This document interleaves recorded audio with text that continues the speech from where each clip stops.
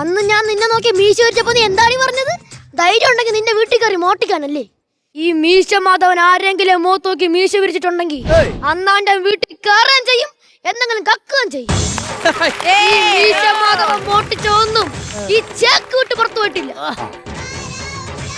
മീശ വരിച്ച് ഈ സൈഡിലെ മീശ ഫുള്ളും കൊഴിഞ്ഞു പോയി. അല്ല, ഒറ്റയ്ക്കിന്ന് കഥ പറയാൻ ഞാൻ രമേശ് പിഷാരടി. കാര്യത്തിലേക്ക് വരാം.